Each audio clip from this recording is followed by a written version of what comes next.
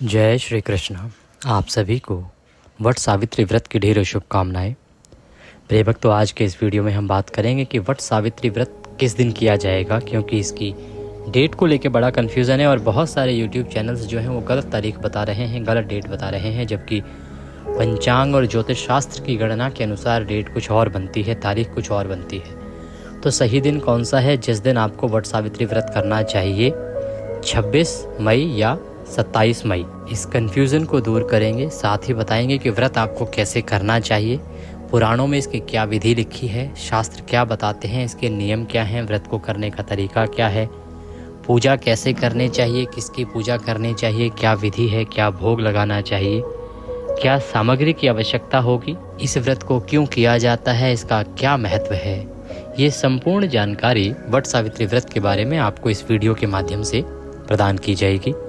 आपसे निवेदन है कि वीडियो यदि थोड़ा सा भी अच्छा लगे तो कृपया एक बार लाइक अवश्य कर दीजिएगा। आपका एक लाइक हमारे लिए बहुत महत्वपूर्ण है।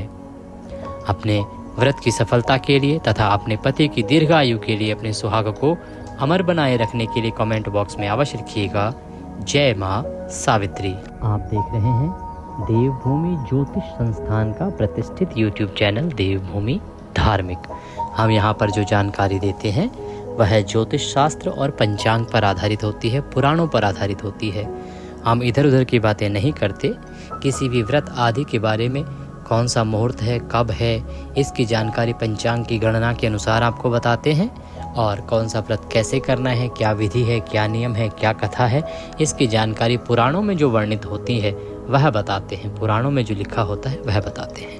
तो सभी व्रत और त्योहारों की सही शास्त्रीय जानकारी यदि प्राप्त करते रहना चाहते हैं तो कृपया चैनल को सब्सक्राइब अवश्य कर लीजिएगा।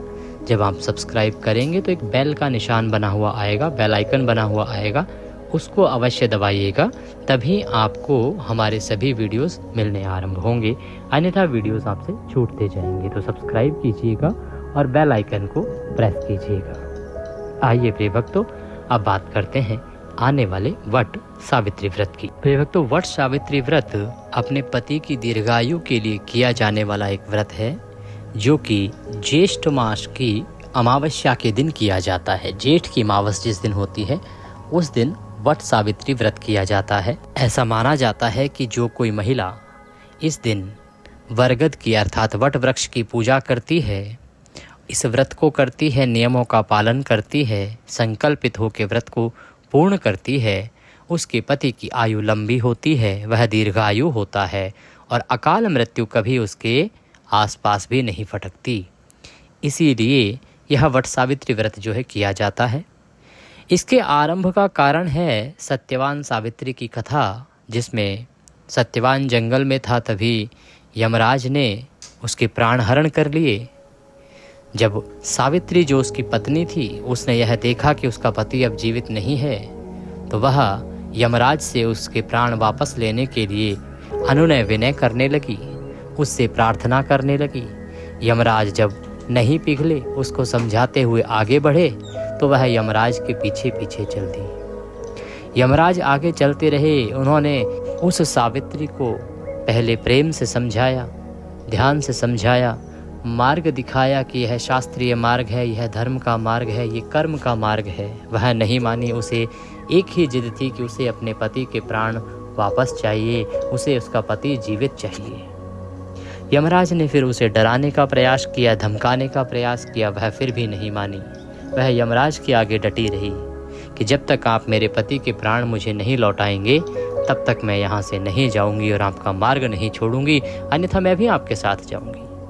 यमराज कहने लगे कि ये तो अनुचित होगा, क्योंकि मेरे लोक में कोई जीवित व्यक्ति नहीं जा सकता। एक, कोई भी जीव बिना शरीर त्यागे जा नहीं सकता, और दूसरा, जब तक किसी का समय ना आया हो मैं किसी के प्राण हरण नहीं कर सकता। ये विधि के विधान के विरुद्ध होगा। लेकिन सावित्री का जो सतीत्व था वह, और सावित्री की जो पूजा पाठ थी वह यमराज के आड़े आ गया, और अंत में यमराज को सावित्री की बात माननी पड़ी और सत्यवान को जीवित करना पड़ा, उसे जीवन दान देना पड़ा। ये जो व्रत है तभी से किया जाता है। इस पे वट वृक्ष की पूजा की जाती है, और वट वृक्ष की जड़ों में ही सत्यवान सावित्री की पूजा भी साथ में की जाती है। कुछ जगह पर गौरी गणेश की पूजा भी की जाती है। अब बात करते हैं और जानते हैं कि इसकी जो नियम है वो क्या है, नहाए खाए में क्या करना है और अगले दिन व्रत वाले दिन के नियम क्या रहेंगे, क्या खा सकते हैं क्या नहीं खा सकते हैं, पारण जो है वो कब करना है, कैसे करना है, क्या खा के करना है, पहली बार व्रत कर रहे हैं तो कैसे करना है, कर सकते हैं या नहीं कर सकते। देखिए, नहाए खाए की बात करें तो वो एक दिन पहले होता है और एक दिन पहले जब होगा तो उस दिन जो बाल वाल धोने हैं अपने वो धो लीजिएगा, क्योंकि इस दिन धो सकते हैं। नाखून वखून काटने हैं, कई बार काटे जाते हैं, नेल्स तो वो कट कर सकते हैं, आप उनको काट लीजिएगा। खाने की अगर बात करें तो एक दिन पहले ही आपको लहसुन प्याज आदि का बना खाना नहीं खाना है। लहसुन प्याज आदि का सेवन जो है वो नहाए खाए दिन वर्जित है, इस दिन नहीं खाना है। इसके साथ ही आप जो खाना खाएंगे वो शुद्ध शाकाहारी भोजन होना चाहिए, जिसको आप ग्रहण करेंगे नहाए खाए के दिन अर्थात व्रत के एक दिन पहले। मांस मदिरा की अगर बात करें तो वो तो पूर्ण रूप से पहले ही हम बता चुके हैं कि प्रतिबंधित होती है, क्योंकि ये जो व्रत है ना वो अपने पति की लंबी उम्र के लिए किया जाता है। इसीलिए आपको थोड़ा सा श्रद्धा का ध्यान रखना पड़ेगा, आपको भक्ति भाव का ध्यान रखना पड़ेगा, आपको मसूर की दाल, बैंगन आदि जो है इनका सेवन भी नहाए खाए वाले दिन नहीं करना है। इस प्रकार से श्रद्धा से आप इस दिन को व्यतीत कीजिएगा। जो शुद्ध भोजन है वही शाकाहारी भोजन कीजिएगा। ये हो गया नहाए खाए का जो दिन रहेगा, उस दिन क्या सेवन करना है क्या नहीं करना है उसके नियम। अब रात्रि की बात करें तो नहाए खाए वाला जो दिन है ना, उसी दिन पर जो पूजा की सामग्री है ना उसको सजा कर रख लीजिएगा। जो भी पूजा की सामग्री रहेगी उसको नहाए खाए वाले दिन ही अपने टोकरे में सजा कर रख लीजिएगा।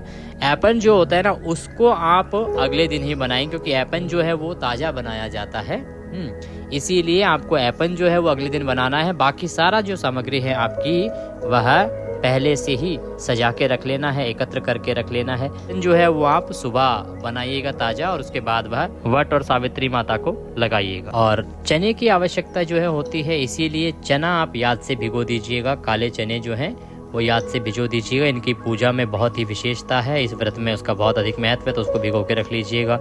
अगले दिन आपको व्रत वाले दिन सूर्य उदय से पहले अवश्य रूप से उठ जाना है, इसका ध्यान रखिएगा।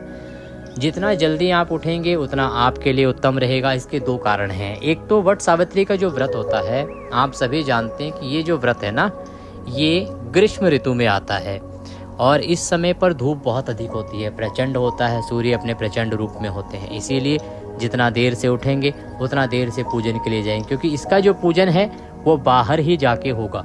वट जो है आप सभी के घरों में तो होता नहीं है, बरगद का पेड़ तो सब जगह पे होता नहीं है, इसीलिए वट वृक्ष की पूजा यदि आपने करनी है, और क्योंकि इसकी पूजा भी वट वृक्ष में ही की जाती है, तो इसके लिए आपको सुबह जल्दी ही उठना चाहिए। जल्दी उठ के और स्नान आदि कीजिएगा। अब बहुत सी हमारी माताएं बहनें सवाल करती हैं कि गुरुजी क्या कर सकते हैं, बाल धोएं कि नहीं धोएं, बालों का कैसे क्या करें। देखिए, हमने आपको पहले ही कहा है कि एक दिन पहले बाल धो लीजिएगा। नहाए खाए दिन जो है उस दिन बाल धो लीजिएगा।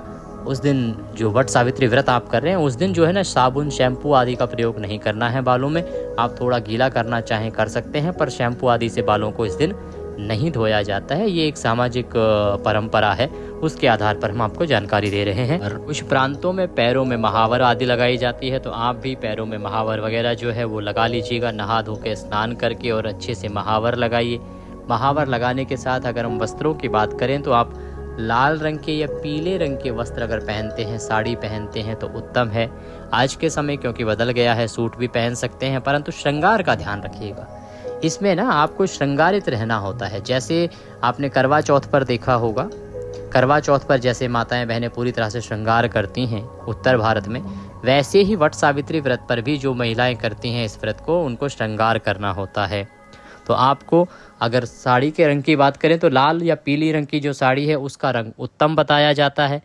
इसमें कहा जाता है कि काले वस्त्र तो बिल्कुल भी पहनने ही नहीं चाहिए, और कुछ जगहों पर बताया जाता है कि जो नीले वस्त्र होते हैं ना उसको हम कहते हैं नेवी ब्लू, डार्क ब्लू जिसे कहते हैं। तो डार्क ब्लू जो है गहरा नीला, उस तरह की जो साड़ी अगर है तो उसको पहनने से आप बचिएगा, अन्यथा कोई ना कोई बुजुर्ग आपको अवश्य ही टोक देगा। प्रयास कीजिएगा कि आप इसमें लाल या पीले रंग के ही वस्त्र पहने। इसके अतिरिक्त आप नई साड़ी पहन सकते हैं, या आपका जो शादी का जो जोड़ा होगा ना आप उसमें भी पूजा कर सकते हैं। बहुत सारी जगहों पर शादी का जोड़ा ही पहना जाता है, जो शादी का आपका लहंगा होता है या जो भी कपड़े होते हैं आपके शादी के समय के, वही कपड़े जो हैं ज़्यादातर माताएं बहनें पहनती हैं, या आप नई साड़ी भी लेके और उसको भी पहन सकते हैं पूजा के लिए। रंग हमने आपको बता दिया। इसके अतिरिक्त आपको मांग टीका जो है ना अवश्य रूप से पहनना चाहिए, ऐसा कहा जाता है। मांग टीका जो है ना वो आवश्यक है इस पूजा में। ऐसा माना जाता है कि ये सुहाग की बहुत बड़ी निशानी होती है। इसमें मंगलसूत्र, टीका और नथ आदि अगर आपके पास हैं तो ये पहनिएगा, अन्यथा आप टीका अवश्य लगाइएगा।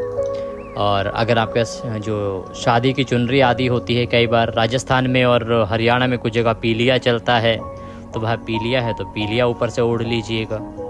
इसके अतिरिक्त सिंदूर लगाने के लिए कुछ प्रांतों में जो है ना सिंदूरा लेके जाया जाता है, और कुछ स्थानों पे सिंदूर जो है घर से ही लगा के जाया जाता है। आपके यहाँ अगर लेके जाया जाता है तो सिंदूरा साथ लेके जाइएगा, और वट वृक्ष की पूजा करके फिर वहाँ लगाया जाता है। और कुछ प्रांतों में ऐसा है कि जो सिंदूर है वो घर पर ही लगा के जाया जाता है। तो जो आपके यहाँ होता हो उसके अनुसार कर लीजिएगा। तो इस प्रकार से आपने तैयार होना है।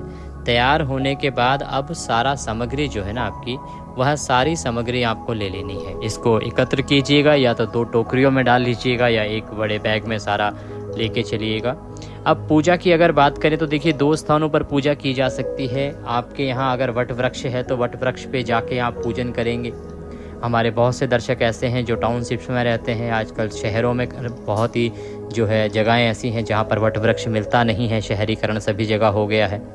तो क्या आप घर पर पूजन कर सकते हैं क्या? हाँ, अगर आपके आसपास वट वृक्ष नहीं है तो आप घर पर पूजन कर सकते हैं। आपके पूजा स्थल में सत्यवान और सावित्री की एक तस्वीर या चित्र आप लगाइएगा और उनका पूजन कीजिएगा।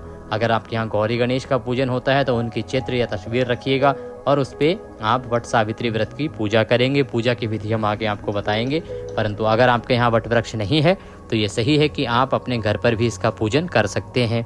पूजन में अधिक समय नहीं लगता है। दूसरा, ये व्रत इतना कठिन नहीं है, क्योंकि इसमें जो जल आदि है ना वो सुबह पूजन करने के बाद, कथा आदि श्रवण करने के बाद पी लिया जाता है। फल फ्रूट आदि भी खा लिया जाता है, जूसेस भी पी लिए जाते हैं। तो आप अब सारा सामग्री लेके पहुंचिएगा। सामग्री में क्या होगा आपके पास, देखिए सत्यवान सावित्री की चित्र या तस्वीर आपके पास होनी चाहिए। प्रतिमा बनाते हैं कुछ लोग, तो आप प्रतिमा बनाएंगे, वहाँ जाके भी बना सकते हैं। इसके अतिरिक्त फूल होंगे आपके पास, नारियल होगा आपके पास, कुछ लोग कलश भी रखते हैं तो कलश भी लेके जा सकते हैं। पूजा करने के लिए रौली, मौली, सुपारी, सूत अवश्य लेना है जो लपेटना है। कुछ लोग जो है मौली को भी लपेटते हैं, काला जो कलावा धागा होता है उसको भी लपेटते हैं। 7 परिक्रमा जब करते हैं तो 7 बार लपेटना होता है बरगद पे उसको। इसके अतिरिक्त चने जो आप अर्पित करेंगे, वो संपूर्ण जो सामग्री है वो आपको लेके चलनी है। सारा सामग्री लेके और आप वहाँ पहुँचेंगे बरगद के वृक्ष पे। साफ़ सफाई कीजिएगा वहाँ पे अच्छे से, और पहले आप वट वृक्ष को जल अर्पित कीजिएगा। जल अर्पित करने के बाद वहाँ पे पूजन किया जाता है। बात करें कि वहाँ पे और क्या क्या पूजन होगा, तो वहाँ पे आपने सत्यवान और सावित्री की तस्वीर यदि आप साथ लेके जा रहे हैं तो बहुत उत्तम है, अन्यथा आप वहाँ पे सत्यवान सावित्री जो है बना लीजिएगा। कई लोग जो है ना वो कलश रख कर भी पूजन करते हैं। वो कलश रखते हैं, कलश के ऊपर जो है नारियल भी रखते हैं। तो क्या होता है कि जो है कुछ लोग कलश जो है वो वहाँ बरगद पे ले जाके रखते हैं, वहाँ पूजन करते हैं, और कुछ लोग घर में कलश स्थापित करते हैं। तो आप देख लीजिएगा, आपके यहाँ पे अगर घर में रखते हैं तो घर पे रखिएगा, अन्यथा आप कलश वहाँ पे ले जा सकते हैं। और कुछ लोग जो हैं बिना कलश के ही पूजन करते हैं, वो केवल वट वृक्ष की पूजा करते हैं और सत्यवान सावित्री जो हैं उनका पूजन करते हैं। अब सवाल ये भी आता है कि पंडित जी हम तो कलश के साथ पूजन करते हैं तो क्या कीजिएगा। देखिए, तो कलश को हटाने के लिए आपको प्रतीक्षा करनी पड़ेगी। आप जा रहे हैं मान लीजिए वट वृक्ष पे पूजा करने के लिए, तो ऐसा तो है नहीं आपने पूजन किया, कलश हटा दिया और चल दिए। या घर में अगर आपने कलश रखा है तो आपने पूजा खत्म की और कलश को उठा दिया।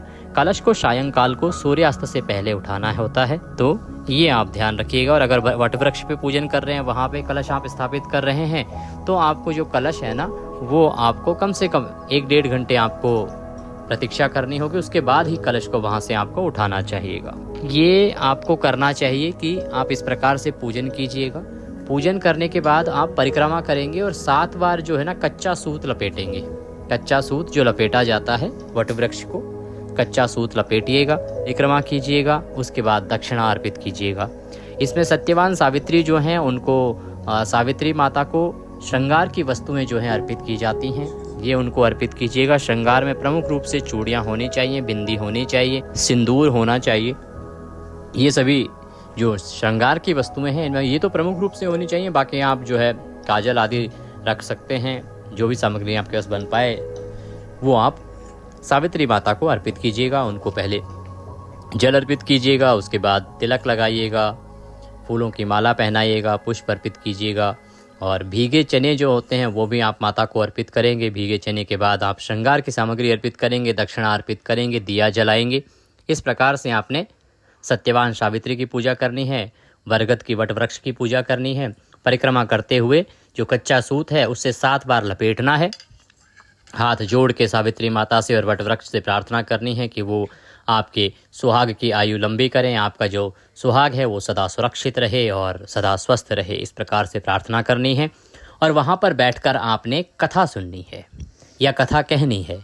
कथा जो है आपके इसी चैनल पर सुनाई जाती है। कथा सुनते समय ध्यान रखिएगा कि बहुत से चैनल किसी भी कथा को किसी भी नाम से चला देते हैं, तो सही कथा सुनने के लिए हमारे चैनल को सब्सक्राइब कर लीजिएगा, क्योंकि ये ज्योतिष संस्थान का चैनल है, प्रतिष्ठित ज्योतिष संस्थान का चैनल है। यहाँ पर हम जो जानकारी देते हैं वह ज्योतिष शास्त्र और पंचांग पर आधारित होती है। जो कथाएं सुनाई जाती हैं वो वही कथाएं होती हैं जो पुराणों में लिखी होती हैं। किसी भी व्रत की सही कथा जो होती है वो हम आपको सुनाते हैं। तो सही कथाएं सुनने के लिए, सही विधि जानने के लिए और व्रत कब करना है ये पंचांग अनुसार जानने के लिए चैनल को सब्सक्राइब कर लीजिए।